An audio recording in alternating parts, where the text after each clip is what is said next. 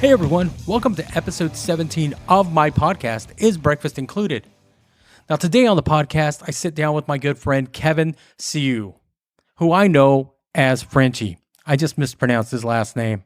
Anyway, Kevin moved here from the south of France, not knowing a word of English, ending up in LA and playing for Shooter Jennings' band Stargun. He then made his way down to Texas to play guitar for Wade Bowen and then later Jack Ingram. He currently has his own band with Pete Coatney called Frenchie's Blues Destroyers. All of that, and that's not even the interesting part about him. He's going to tell you all about his amazing life and how he ended up where he is today. Let's check it out. All right, dude. Tell everyone who you are. I am Kevin Sciou, aka Frenchie, and I am a guitar player, and I write songs, and I sing my songs, and I play guitar for Jack Ingram for many years, and other artists in Texas and other places, and still doing it. Right on. And we've known each other, what, 10, 15, 10, 11 years, 12? Something like that, right? Something like that, because I think when you worked with Jack, I believe it was 2009, 2010, right? Yeah. So, 10 years, 10, 11 years already. Wow. Time flies, man. Look at us, still looking just young and full of energy. Well, right on, man. Well, tell me when you started playing guitar. How old were you when you started playing? I was 12 years old, so I was born in 1980, so I started around 92, I think 92, 93 maybe, but 12, 13 years old, and I was then still back in France, because I was born and raised in France. Okay. So I started out overseas. And who were your guys that you kind of who were your guitar heroes at the time? Well, my dad had a big record collection, and he had just about everybody in there. It was mostly blues and rock and roll. So all the usual suspects like the Stones and bands like that. But the guy that really got me started on guitar was Jeff Beck. Okay. I was 12 and I heard some Jeff Beck recordings, and I had grown up listening to all the classic stuff. But Jeff Beck, for some reason, around the age of 12, I was just listening to Jeff Beck Group and the Yardbirds, and it just tickled my ear. And that's when one day I just, out of the blue, I asked my parents if I could, get my hands on the guitar, and that was the start of everything. And you're a lefty. We know that. Yeah. Was it hard to find a left-handed guitar player in France or guitar in France at the time? Did you just buy a right-hand guitar or? No. So my dad had a friend that was a right-handed guitar player, and he came by the house one day, and they handed me the guitar to see which way I would turn the guitar, and I picked it up upside down. So then my dad thought, well, he can learn that way, or we can just try to find him a left-handed guitar. And there was a guitar shop in Paris that specialized in left-handed guitars. Now, I'm from the south of France, so they ordered it by mail. And, I had an actual left-handed guitar. So I play regular strum. I can play upside down. Over the years, I learned how to do it because everybody else is right-handed. So, you mess around enough to get around the fretboard like that. Yeah, you're hanging around a bunch of right-handed guitar players. Yeah. And so you were in France. How did you make your way here to Texas? Or did you come to Texas first, or? No, I came to, I moved to California. I moved to Los Angeles because I figured I was 20 when I made the move. So it was 2001, May 2001. So I just celebrated 20 years being in the States. But I started playing shows when I was 13. There was a lot of musicians, older musicians in my hometown and in and around my hometown.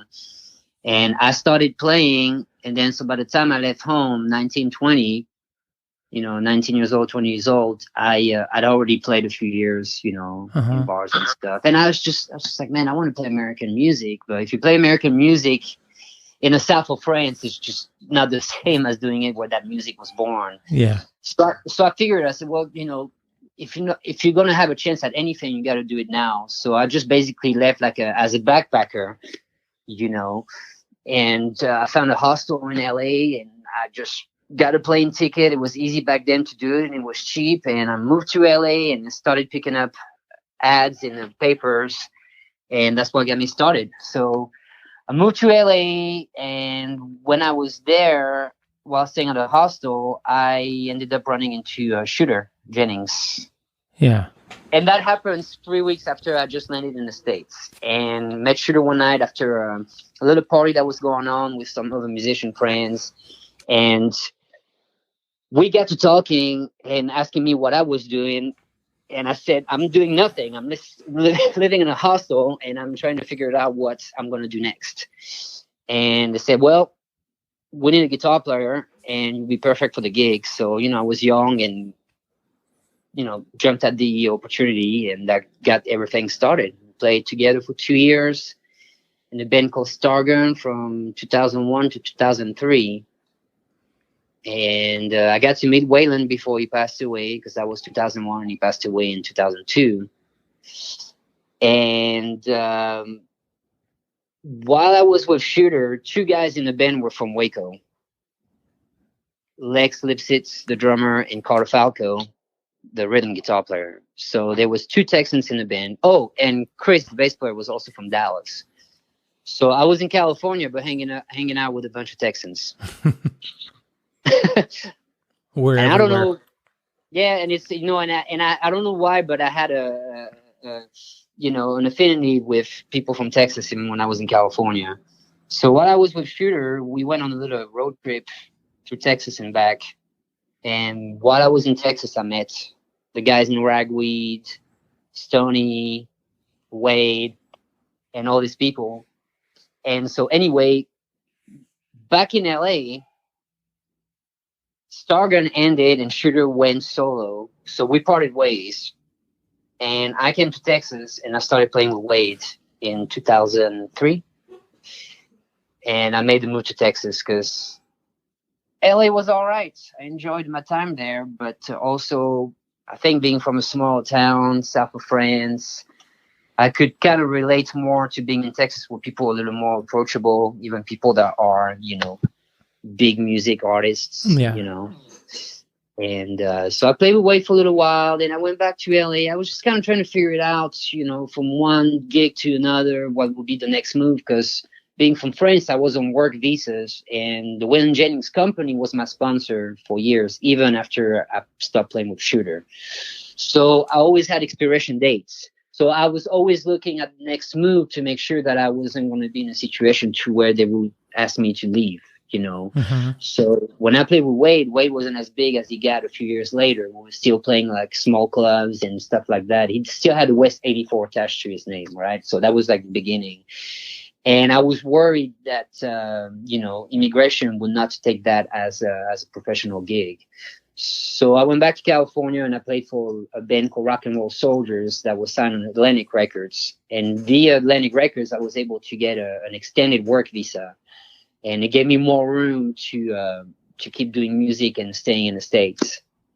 And so that was 2004, 2005. 2006 was kind of a gray area for me. I was back in California. I was trying to figure out what to do. And once it was August of 2006, me and my buddy were out in Venice Beach. And me and my buddy were looking at shows, see who was playing in town. We were like, we got to go out and watch a show. And we see that Jack Ingram is playing at a Whiskey A Go-Go. And I remember meeting Jack when I was playing with Wade. And I told him, I said, well, let's go see Jack. And so went to Whiskey A Go-Go and hang out with Jack and Pete, brother Pete, and John Michael Chef was on bass. Chris Masterson was on guitar. So we had a good evening and everything was great. And I spent the rest of the year 2006 in California, not doing too much. The only thing that I was really doing, and I don't mean to drop names here, but I'm good friends with Tom Morello from Rage Against the Machine. And Tom at the time was doing a thing called the Night Watchman. And every Tuesday he had a house band, and he would have special guests coming out at a place called Hotel Cafe. Mm-hmm. I don't know if you ever been. And he asked me to be his guitar player in a house band. So for a couple of months I did that, and we would have like crazy guests every week. Like Ben Harper came out one night, and Cypress Hill would come out. It was really cool and diverse and a lot of fun. But I was broke in LA, I was sleeping on couches, in Venice Beach. I was like, not in the best of positions. And so I just got to the point early 2007 to where I was basically running out of steam and not really sure what to do. I was homesick. And one day I talked to my folks and I said, I can't do this anymore. I'm homesick. I'm broke, partying a little too much, because sometimes when, things get tough, you tend to try to, distract yourself a little bit. Yeah. And my parents, instead of saying, yes, please come home, they said, you shouldn't do that. And I was thinking, what do you mean? They said, well, if you come back to France, your visa is going to expire and then you will never go back to the States. And this is where you started your career now. I said, well, what am I supposed to do? And they said, well, why don't you call your friends in Texas? Call Django Walker, call Cody Canada, call these people and see if you can maybe find a gig, maybe even if it's in a cover band on the weekends, pay a little rent and then figure it out afterwards, Yeah. And I was so stuck in my ways that I couldn't even think of that, so it had to be someone from the outside, and especially people like my parents that want the best for me to kind of give me advice. I was running out of ideas. So I thought, well, you know what? That's actually not a bad idea. And so that was February of 2007. And I called my friend Django Walker. And he told me, he said, come on down to Austin, crash at my place, and I might pick up some more shows. He was like getting back into the music. He had taken a break and said, just come and play with me and we'll figure it out. So I've got a one-way ticket to Austin. And unbeknownst to me, Chris Masterson, that was playing guitar for Jack, was quitting Jack to go play for Sunbolt. Mm-hmm. It's been with Steve Earle since then for many years now. So they were looking for a guitar player, and my name came up. And Brother Pete and Jack talked to each other, and they said, well, can we find this French guy? Do we even know if he's still around? So they had been talking about you before you even came back? Yes. Okay. I didn't know that was going on. So long story short on this one, basically, I had bought a ticket to go to Austin to go hang out with Django.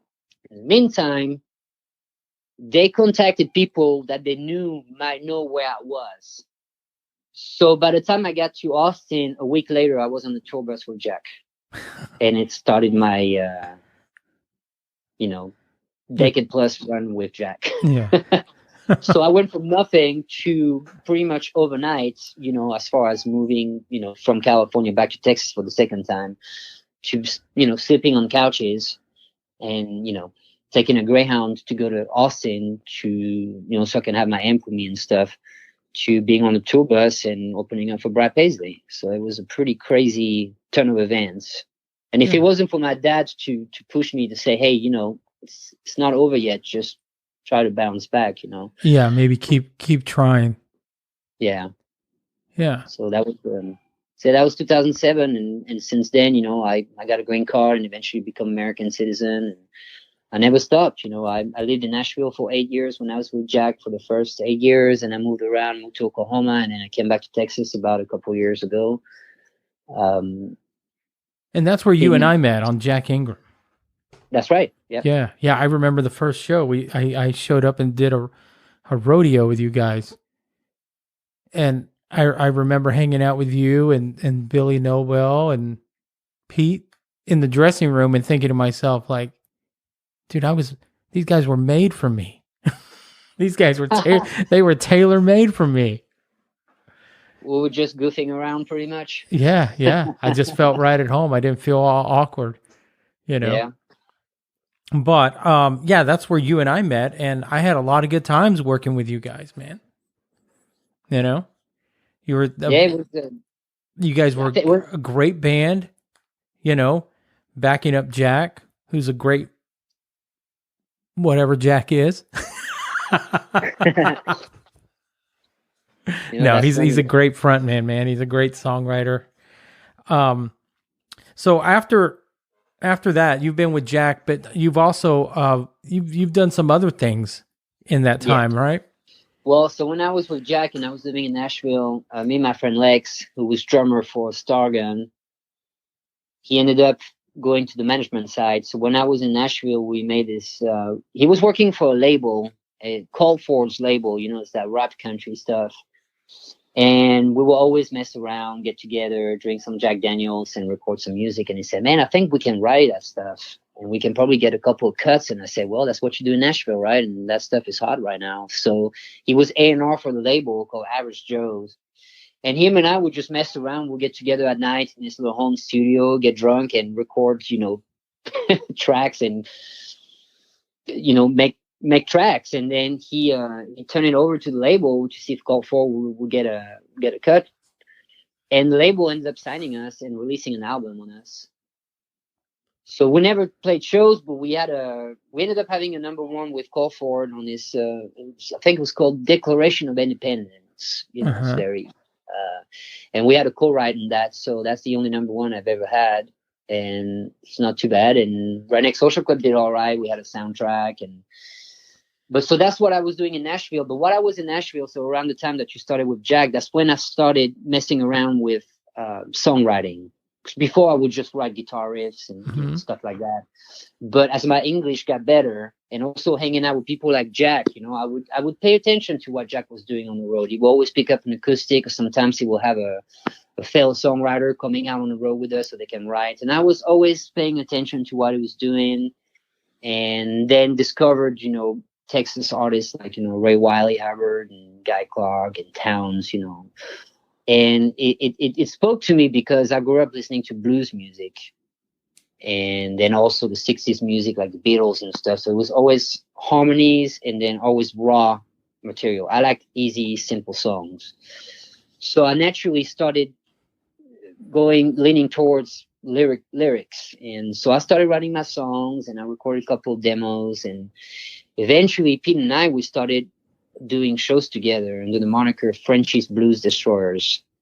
And we made a couple of albums, and we've been playing. Basically, when Jack wasn't playing shows, we would go and book gigs. And so for the better part of the past 3 years, if I'm not playing with Jack, Pete and I were going to be playing shows, or I might pick up a solo acoustic shows and, just kind of try to exist as more than just a guitar player, a sideman, basically. Yeah. And so the Blues Destroyers, Frenchie's Blues Destroyers, it's just you and Pete Coatney, brother Pete, correct? That's it. And you plan on keeping it a 2-piece like that? Yes. When you record, is it just the two of you guys, or do you guys bring in other musicians? No, we had Taylor Tatch. He's in Dripping Springs. He did the last 2 albums, and on a couple of songs, he played a little piano just because I had some songs that kind of called for something extra. But what we did, we had 2 amps. One is my regular amp, and then the other amp would turn all the basses up. It's a high watt head with a Marshall cab. So a lot of my, I play with the thumb pick. So a lot of my picking and my songwriting kind of has a country blues stuff like a Man's Lipscomb or Mississippi John Hurt. So a lot of it kind of keeps, or Lightning Hopkins, just kind of keep that bass note going with the melodies. So it sounds full. It sounds like almost you have a bass. So it's very much inspired, even though I'm not straight blues, it's very much inspired by that country blues thing that even Townes Van Zandt or Guy Clark were doing in their songs. So we've managed to kind of make a full sound without having to have a bass player. And it sounds pretty good. And on a couple of songs, one song on last album, we put a little bass because it was a little more pop. But nobody's ever complained when we go live. The crowds that come out to see us, they really enjoy what they see. So we have such a connection with Pete because we've been playing for so long. Yeah. That, if we bring someone in, it will have to be someone that we played with before, like maybe Casey Twist on bass or John Mike, people that have played with Jack or that we've known for a long, long time. But on top of doing Blues Destroyers, I kind of started doing a little more acoustic solo shows just because, I can try out some material and just kind of sing songs. Yeah. I don't have a big plan. I'm just going to write when I write. And play as much as possible without, burning yourself out doing it. Yeah. Well, how did this last year affect you and Pete as far as live shows go, or, anything, even your solo acoustic? Were you able to do anything? Yeah, we were able to do a few things. By summertime last year, we were able to kind of pick up. And by October, we had 15 shows booked that month. Yeah. But it's easier when you play bars and clubs and even like hotels and restaurants. It's the two of us. It wasn't too hard. And in the DFW area, there's a lot of places that were eager to have some kind of live entertainment. Yeah. So it wasn't too bad. And our last album, Praise, came out on Friday, March 13th. So it came out on Friday the 13th. The first song on the album is called Black Cat Moan, and 2 days later, everything shuts down. I'm like, oh no, what did I do? Thanks, Frenchie. Thanks You're a welcome. Lot. Thanks a lot, man. But the good thing is I was in a good situation to where when that happened, I gauged it like everybody else did. Nobody knew the extent of what it would be. I mean, I thought it was going to be like Ebola and just, so it was just kind of, I started running, I quit drinking, and, I stayed home and played guitar. Yeah. Then after a month or two, wherever we could play, we went out and played. And even Jack had a couple of shows that summer. So in about October, it picks back up. So I just kind of used the time to just kind of reflect on life because if anything, at least for me, I known some people that just drowned last year. They couldn't, mental health or, it was just too much. Yeah, I knew a few as well. And I took a different approach. I went the healthy route. I just, kept my head going and, maybe reading and not worried about when it's going to be my next show because it was something that was bigger than just music. Because here's the thing, you have to have a good life and, you can't, you know how music is. It's a lot of me. So if you try to promote your music, it's amplified. It's always me. What's the next move? How do I get people to listen to my music? How do I get their attention on internet and whatnot? And I understand the game, but it's also very demanding, even sometimes even taken away from your first passion, which is just to have a good time playing. Yeah. I don't have any aspirations to become the next so-and-so, whatever. I just, want to make a honest living, whether it's playing for Jack or singing my songs or doing covers. I think it all fits in within the realm of, living a pretty good, simple life. Yeah, man. That's a good attitude to have. I think so. I mean, it's been challenging. I'm not saying it's been an easy ride, but it's been challenging at times. But, the time that we're given is pretty short if you think about it. I mean, when we talk about, remember when we were on the road? Yeah, 10 years ago. Wow, it's a decade ago, Yeah. I was 30, now I'm 40, it's so you got to do at the end of the day what really you're passionate about. And if anything starts becoming a job, like especially music, you shouldn't be doing it, Yeah. That's true, man. But we've been playing. I mean, Jack's got good stuff going on. He's got this album came out with Miranda Lambert and John Randall. Yeah, man, he's doing great, isn't he? Oh, he's doing great. He's loving it. And so that's going to bring in probably more work for the band. And I started playing acoustic shows with Jack. I'm actually opening up for him coming up. And then I sit in with him on stage. Like we're doing Kessler in Dallas and then the one in Houston.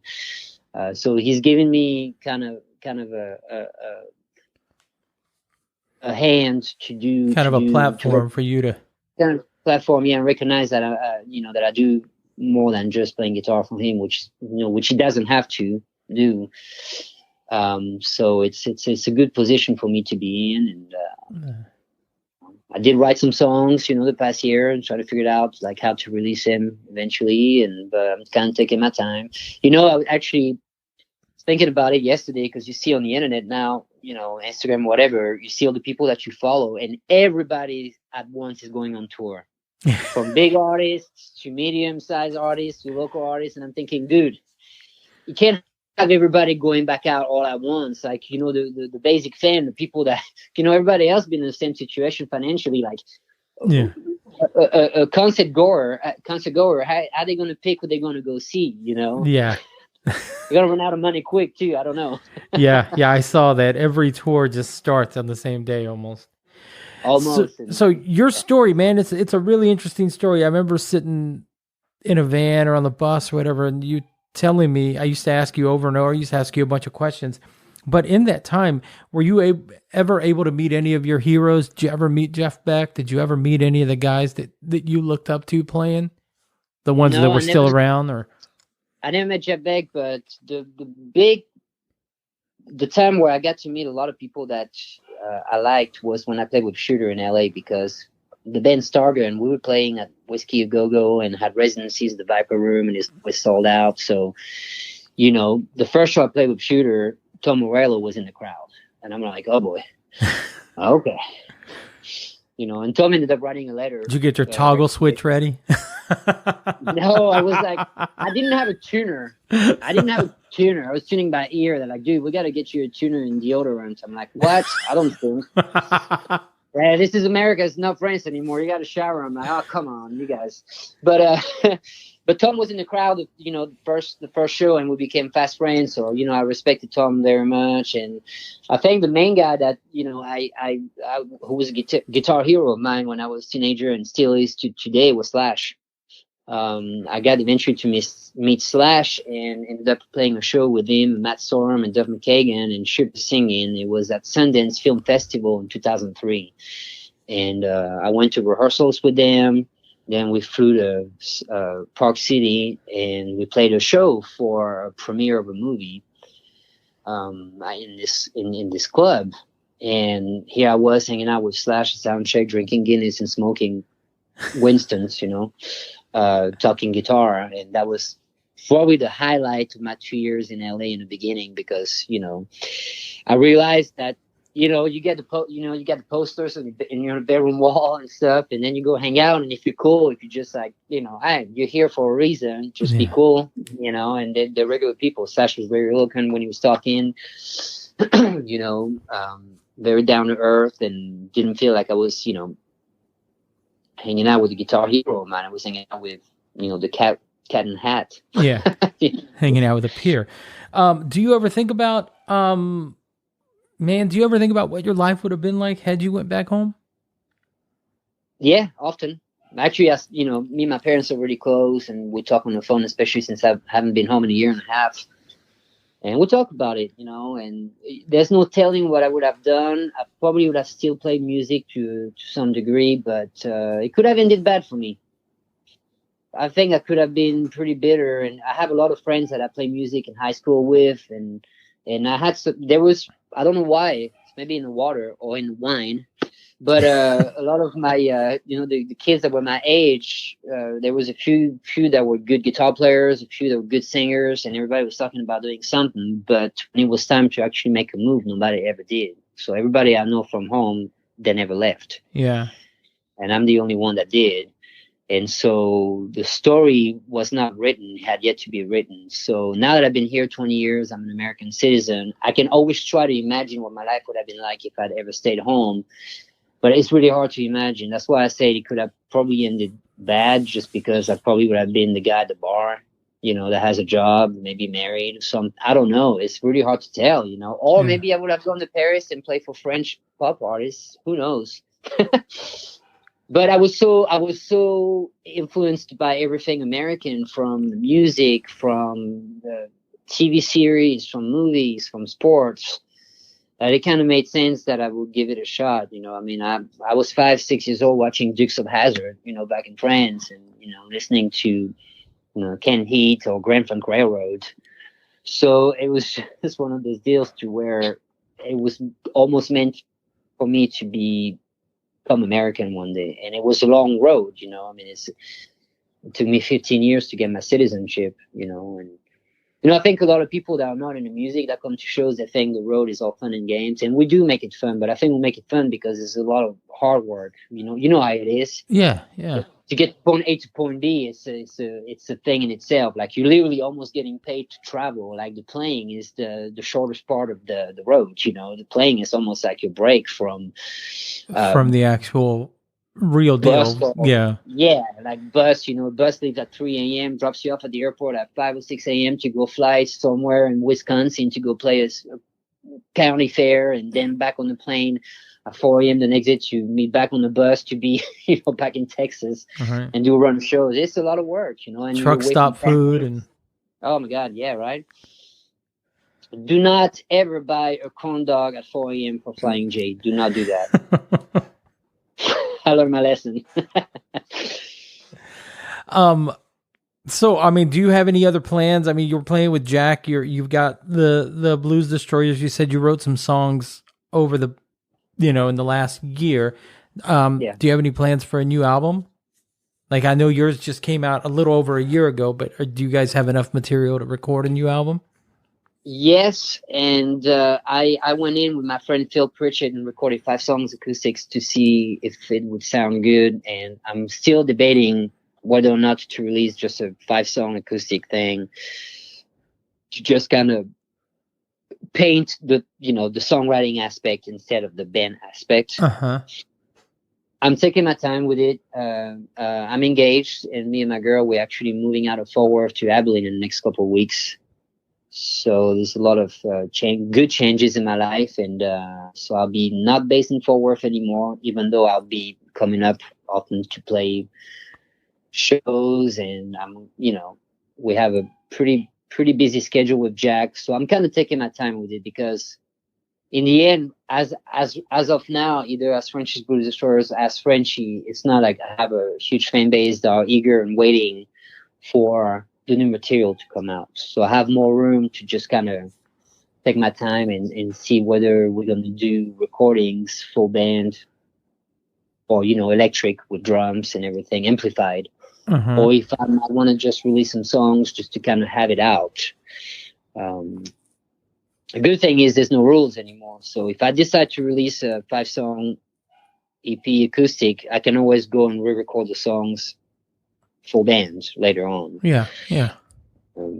So right now I'm just kind of more focusing on the next move, which is moving out of town, and then keeping track with the schedule in between my shows and Jack's shows. So. Yeah. Well, Frenchie, the podcast is called "Is Breakfast Included?" If breakfast was included, my man, what would you have right now? Bacon and eggs all day long, all night long. That was quick. Oh yeah, I just give me bacon and eggs, and I'm happy. Right on. Well, where can people find you on social media? So you can go to the website. It's got all the links. It's bluesdestroyers.com. And you have all the tour dates and Instagram and Facebook links. The Facebook and Instagram links will be Guitar Frenchie with an IE. Mm-hmm. And if you go to bluesdestroyers.com, the main page will have the album cover of all the releases, and you can click on it, and it'll send you to a link where you have, Spotify, Apple Music, like it's called a Smart Link, I think. So if you go to bluesdestroyers.com, you can find everything you need to find about and the music and the tour dates. Right on, man. Well, a few sexy photos. A few sexy photos. Yeah, I have a couple of those. They're blackmail photos. Yeah. Oh no. Man, I appreciate you taking the time to do this. I just want to say, man, that I've been a tech since 2000, whenever, but one of the most fun times I ever had being a guitar tech was with you guys, you and Billy and Casey and Uncle Drew and Jack and Pete. I just always, a lot of my stories are from that time when I was with you guys, because it was so fun, and there was a what do you call it, a synergy about that band. Yeah, those were innocent times almost. Looking back, it was just, just having a good time playing. Everybody was happy, and yeah, Drew was always a source of entertainment for everyone. Yeah, never short of a story. And no, I remember it fondly. Yeah, you're right, and it's cool that we're able to talk, music after all those years, and doing it. And I'm glad you're still around, man. Like I said, it's good talking to you after all these years. Yeah, for sure. We got to keep in touch more, better in touch, and sure we'll hang out soon. And why don't you come out with Jack sometime? Just I'll tell him. Well, you got to run that by the tour manager, man. I will. I think I have. I'm a veteran in the band now. I think I have a say in it. I get that random text from him every now and then. It's like, hey, can you tech for Jack? From Kevin? On this day, and I'm like, yeah, man. And then I never hear from him again. Oh yeah, no, the communication at this point is very sparse, man. Yeah. It's just you don't find out bus call until literally like the day before. But I know how not to worry about it. I just clear my schedule, Yeah. and I know to make sure to be there. So Well, I just may show up at bus call and just jump on the bus and come hang out with you guys. oh yeah, That's what I'll there do. was a couple of shows recently when we started picking up shows. There was a show at Green Hall recently where Jack showed up and he sees me, Pete, and Joe Mike, and his eyes got really big and wide. He goes, "What are you guys doing here?" He thought it was an acoustic show. So he got all excited that it was a band show. Like 5 minutes before the show, like getting excited. Oh, I didn't know it was a band show. And I looked at Kevin and I said, well, for a second, I wasn't sure if I was supposed to be here or not. So you're saying the vibe hasn't changed since I was there? Nothing's changed. It's still the same. And, it's just rolling down the road and, hang on to your to your britches because you never know. Right on, brother. Well, I'm going to let you go. And Cool. thanks a lot for doing this, Frenchie. I appreciate it. It was a blast, Bernie. And I'll see you very soon. All right. Take care, brother. All right. See you. Bye. All right, on. Let's give it up for Kevin Sciou, a.k.a. Frenchie. You can find them at bluesdestroyers.com or on social media under Frenchie's Blues Destroyers. Check them out. I guarantee you won't be disappointed. Well, all right, guys, I'm done. You guys have a great 4th of July, and we'll talk to you next week.